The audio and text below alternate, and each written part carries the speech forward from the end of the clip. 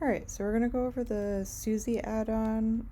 This add-on was named after an Eyewire player who is a very important part of the Eyewire community and was also good with misalignments. So to use this add-on, you're going to press the capture button, and that's going to take a screenshot of your current slide.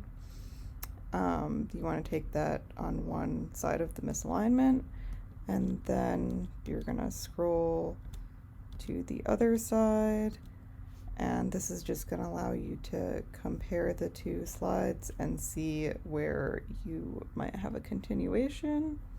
So I'm going to add this here. You can hide the slide to see what it looks like in 3D, and that looks right to me.